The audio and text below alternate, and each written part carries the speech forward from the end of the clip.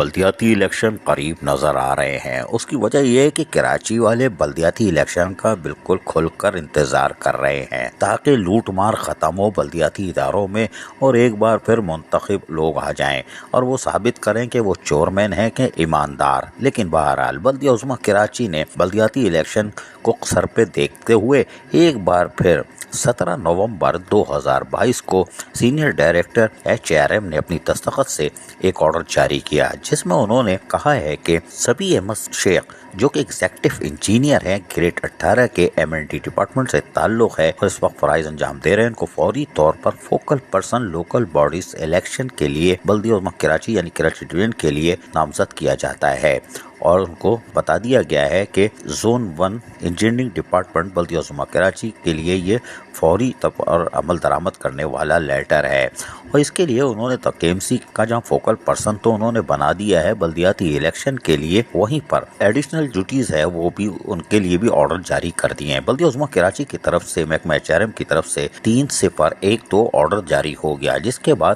خیال کیا جا رہا ہے کہ بلدیاتی الیکشن قریب ہیں اور یقینی طور پر کراچی والوں کی یہ آواز ہے کہ بلدیاتی الیکشن ہو جائیں۔ پہلے بھی عدالتوں نے سپریم کورٹ کے حکم پر بلدیاتی الیکشن ہوئے تھے، سیاسی لوگ فرار ہو رہے تھے، لیکن اس بار پھر عدالت تیار بیٹھی ہے، فیصلہ محفوظ ہے، آنے والا ہے اور یقیناً بلدیاتی الیکشن دسمبر کے شروع میں ہی منعقد ہونے کے واضح امکانات نظر آ رہے ہیں۔ عزیز عارف، KBS بلدیاتی نیوز کراچی۔ ایسی ہی خوبصورت ویڈیوز فیوچر میں حاصل کرنے کے لیے ریڈ بٹن پر کلک کر کے اور بیل آئیکن کو پریس کر کے ہم سب کے سبسکرائبر بننا مت بھولیے۔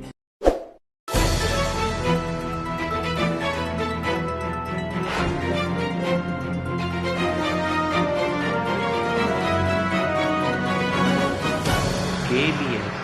بلدیاتی نیوز۔